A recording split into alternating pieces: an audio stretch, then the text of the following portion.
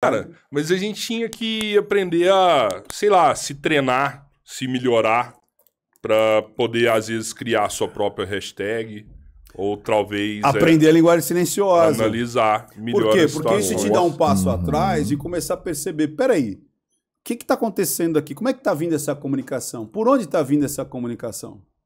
Hã? Qual é a narrativa dessa comunicação? Qual a congruência dessa comunicação? Por isso que eu falo, linguagem silenciosa salva vidas, cara. Literalmente. Ela evita que você caia num golpe, ela evita que caia na mão de um canalha, de um manipulador com viés de tirar alguma coisa de você. Até porque é muito engraçado. Quando a gente fala de manipulação e persuasão, ela é boa ou ruim? Depende. Depende. Por exemplo, você de repente pode ser um cara sedentário. Aí eu viro pra você e falo assim, cara, Rogério, né? Rodrigo, eu sou ótimo pra Rodrigo. Não preocupa com isso não, porque eu sou melhor que você, né? Não, eu adoro trocar os nomes. Rodrigão, eu falo pra você, cara, porra, mas você fala, cara, mas academia, porra, não sei, não me interessa, acho um saco, acho um porre. Pô, aqueles caras tudo ali bombado, fica se olhando no espelho. Eu falo, Rodrigo, mas é tipo assim, cara, aquela gordura visceral ela é muito perigosa. Você pode viver menos, cara. Né? Quantas coisas você quer fazer? Quantos anos você quer viver? Pô, Ricardo, eu quero viver 80 anos, 85. Cara, normalmente, o que mostra a galera com o teu peso tem problema de cardíaco, diabetes, pressão. Você quer ter problema de pressão? Você quer ser diabético? Você quer, de repente, começar a amputar por falta de vascularização? Tô só piorando. Aí você fala, porra, não. Era da tua vontade fazer exercício? Não. Mas eu te convenci, eu te manipulei Sim. a fazer algo que era importante, não pra mim, pra você. Mas eu manipulei você a fazer algo que você não queria. Não foi bom isso? Ótimo. Às vezes a criança não quer escovar os dentes. Me fala uma criança que nasceu querendo escovar os dentes. Nenhuma. Não existe. Aí a mãe e o pai falam assim, nossa, que bafinho que você tá, hein? Você não vai arrumar amiguinho. Os amiguinhos não vão querer ficar perto de você. Vai ter um monte de bichinho no seu dente. Vamos escovar esses dentes aí. Você quer ter bicho no seu dente? Você não gosta de brincar com o Rodrigo? Você não quer ficar... Ah, eu quero. Então vamos escovar os dentes. Eu não manipulei a vontade inata daquela pessoa. Você tá entendendo? Inclusive isso, ó, vou dar um presente aqui pra vocês. Opa! A hora do presente! Adoro presente. Olha aí, ó. Que isso, cara, que da hora. Os 5 livros que eu já escrevi, já publiquei. Pô, obrigado e um deles, ó, vamos aqui, ó. Esse aqui, ó, Como Manipular e Persuadir Milhares de Pessoas. Por quê, cara? Não é a ferramenta que é ruim. Se a gente colocar uma pistola aqui, ela é boa ou ruim? Depende. Depende de quem vai usar. Né? E aí, como a gente estava falando desse aqui, né? Cadê aqui, ó? A linguagem silenciosa. Você aprendendo a linguagem silenciosa, você evita uma porrada de coisa que, às vezes, a maioria das pessoas não percebe. Depois tem esses outros aqui que a gente pode depois falar deles. É o comunicar, vender, negociar com PNL, é o crenças influenciando resultados e o espero que você morra. Caraca. Então, isso aí, tudo para vocês. Espero que você morra. Mas vamos por partes, como diz o quartejador, Rodrigão. Sacou? Quanto que é importante você saber que a manipulação não é ruim, ela nem é boa nem ruim, e que você, sabendo a linguagem silenciosa, você evita muitos problemas que tiram a tua experiência de vida, cara. E não falha, cara. Falha? Lógico que falha. Já falhou até comigo. Eu tenho um caso clássico que eu paguei mais caro por uma coisa porque eu deixei o emocional tomar conta, cara. Eu sou gente. Ah, mas você sabia que tava rolando. Não. Depois na hora, você viu. não, cara. Não, mas depois você analisou. Não, depois você viu, sim. A possibilidade meu foi emocional maior. falou mais alto. E foi assim, foi eu sentar no carro, tipo assim, eu saí da loja, entrar no carro, falei, que merda que eu fiz. Você não pensou, que cara brilhante, não? Sim, aí eu comecei a tentar analisar, e aí eu analisei, por que que a mulher lá me convenceu? E aí eu falei, cara, ela me pegou, por isso que as escolhas, e eu acho muito engraçado que tem muita gente que fala assim, eu não sou emocional, ninguém me engana, ninguém me persuade, eu tenho cabeça feita. Cara, é impossível. Se você é um ser humano e a pessoa ir onde mais te emociona, Cara, a maioria das nossas escolhas são emocionais. A maioria delas. A maioria delas. Se não fosse, a gente não faria muita coisa, né? Você escolhe de forma emocional e racionaliza depois a tua escolha. Você entendeu? Total. Você primeiro escolhe para depois racionalizar. Por mais que não pareça. A pessoa, não, mas eu fui pelo... Cara, vamos lá. Se você é racional, então vamos lá. Por que a gente escolheu comprar esse copo aqui? Porque Termolar é bom, tudo que é bom dura mais. Ó, esse aqui é o patrocinador? Já vai fazer o merchan. Então, mas olha que interessante. E mesmo a gente tendo o lance do patrocinador aqui, não vai ter problema nenhum, né? Sim, não, sem problema. E vai ser interessante, porque vamos lá. É um copo térmico. Existem várias marcas. Beleza? Será que eu, racionalmente, vou analisar qual é a espessura dessa parede aqui de alumínio? Não Será vai. que eu vou racionalizar quanto tempo vai ficar gelado cada uma delas? Se é a Stanley, se é a Termolar, se é a Xing Ling, se é não sei o quê. Tem algumas coisas aqui que eu falo, cara, gostei desse aqui. Gostei da pegada, ficou melhor na minha mão. O outro é muito fininho, o outro é muito grande e tal. E eu gostei porque eu gostei. Aí depois você vai racionalizar. Tipo, não, mas veja bem, era o preço, era a comunidade, era não sei o quê, papapá, porque eu já vi que teve um experimento, eu vi lá no menino, lá, nos Três Irmãos, eu achei legal, ou quero, já que eu vou consumir de um canal que eu gosto e tudo mais. Então você começa a racionalizar, porque com certeza existe o melhor copo, existe o melhor, existe o melhor supermercado, existe o melhor carro, existe o melhor plano de saúde, racionalmente. Só que, será que realmente as minhas escolhas vão pelo lado científico, planilhado do que é? E outra, o que é bom? De repente o supermercado mais barato, ele está a 15 quilômetros da minha casa. Será que emocionalmente vale a pena pegar um trânsito e ir lá para pegar o menor? Ou então, mesmo que seja dois, olha, é dois, assim, ó, tum! Um do lado do outro. Só que esse que é mais barato, tá cheio pra caramba. E o do lado é um pouco mais caro e tem menos gente. Eu tô cansado. E qual que eu vou? No caro, rapidão. Então qual que é o melhor? Depende da hora. Depende. Depende do que eu quero. Se não fosse assim, não teria marcas, não teria exclusividade, não teria... Então você não paga pelo produto em si. Você paga pelo que ele traz para você, inclusive naquele momento. Pode ser exclusividade. Eu não quero botar uma camiseta que eu vou cruzar com todo mundo numa balada. E todo mundo odeia isso, né? Tipo assim, nossa, eu tô com a mesma estampa que todo mundo tá na balada. Ou, eu quero rapidez. Eu até aceito pagar um pouco mais caro, mas eu quero rapidez. Ou não, eu quero algo que seja durável. O outro, cara, não me importa ser durável. Eu quero algo que seja em conta e depois que estragar eu vou lá e compro outro. Porque eu enjoo rápido. Então eu não quero ficar com algo que dura a vida inteira. Você entendeu? Então as escolhas, elas são extremamente individuais e não são racionais, cara. Ela vai em cima do momento emocional que você tá. Olha que doideira. Mas você consegue... Você é pego pela emoção várias vezes, mas você fica tentando, por ter conhecimento, você fica analisando muito mais. De forma, que não eu falo, de forma automática, entendeu? Tipo assim, de 0 a 10, eu tô no 7, entendeu?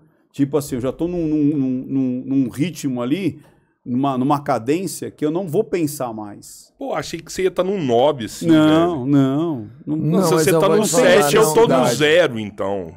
Porque assim não tem necessidade de você ficar prestando atenção no nível 9, 10, no dia a dia. Então, você vai ter um balelômetro ali, ou uma bandeira vermelha, que eu falo, opa, o negócio tá estranho aqui.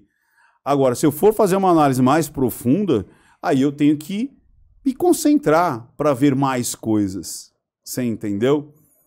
É igual, quando por exemplo, você está trabalhando, você vai usar uma outra. Aí você vai trabalhar 9, 9,5, 10. Quando você vai trabalhar. É isso aí. Mas Agora, se eu não tiver, que nem tem gente que fala assim, não, Ricardo, você está me analisando? Eu falo assim, não. É Mas óbvio você que tá. tem coisa... Não, tem coisa que você vai observar. Que é muito em excesso e não tem Não como precisa nem ser fugir. excesso. Tem coisas que são muito... pulsa demais, assim. Aham. Sabe? Tipo, duas coisas que pulsam demais. A fisionomia, porque normalmente você conversa olhando pra pessoa. Sim. Eu pego muito o corpo. Então, tipo, ângulo de tronco, uma coçadinha aqui ou ali. Merda. Entendeu? Aí, às vezes, sabe, um gesto apaziguador e tal. E algumas palavras, isso por conta, desde aqui de trás, da programação neurolinguística, que você expressa a sua realidade, seu mundo por palavras. Tem até um linguista, eu não me lembro o nome dele, que ele diz o seguinte: a linguagem é a maneira mais rudimentar de você conseguir expressar o que você está pensando e o que você está sentindo, mas é a melhor que nós temos. Tem coisas que é muito difícil você expressar em palavras, muito difícil. O que é, por exemplo, uma desilusão, uma traição, o amor, a paixão, a saudade, né? Tanto é que tem muitas línguas que não existe né? a palavra saudade. Verdade. Ela explica de uma outra maneira. Estou sentindo falta de você. Aham. Né? Mas não consegue expressar a palavra saudade. Como em alemão. Por que o pessoal fala que filosofia em alemão é melhor? Porque tem muitas palavras em alemão que não existem em outras línguas. Então, eu pego essas coisas. Que é uma maneira... Por exemplo, quer ver uma coisa muito clássica? Que tem muito nesse livro aqui. Nesse livro aqui a gente vê muito isso. Porque aqui são pessoas que eu atendi de verdade. E aí, olha que interessante. Lembra que eu falei que é um livro, não é um documentário? Sim. No documentário não dá uma margem para você deixar a coisa mais artística. Então, esses elementos aqui que eu analisei. Então, tem o João, tem a Maria aqui, tem outros tantos. Aqui acho que tem o Bruno e tal. Eles existiram exatamente nessa condição da clínica ali, ou atendendo a pessoa? Não. Todas as reações aqui existiram. Às vezes...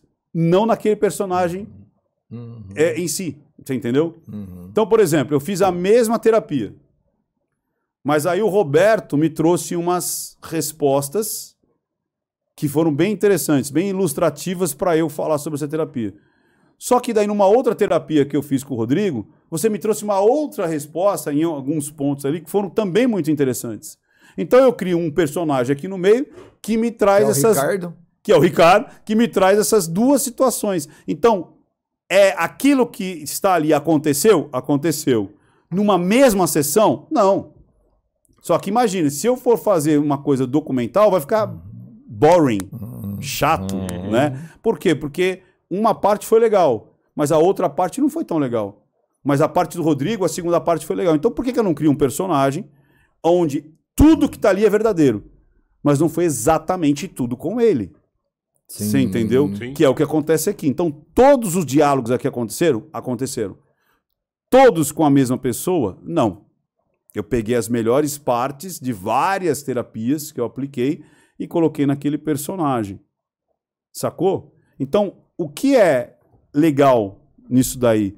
Que você consegue ilustrar e aí eu percebo muitas vezes na linguagem da pessoa que existe alguma amarra, alguma crença, alguma regra, uma visão de mundo distorcida. Então, por exemplo, às vezes a gente aceita um diálogo com uma maneira simples e naquela expressão tem muito conteúdo psíquico. Por exemplo, imagina uma pessoa falar assim, eu sou uma pessoa muito triste. Sou uma pessoa muito triste, eu não tenho sorte, minha vida é muito ruim.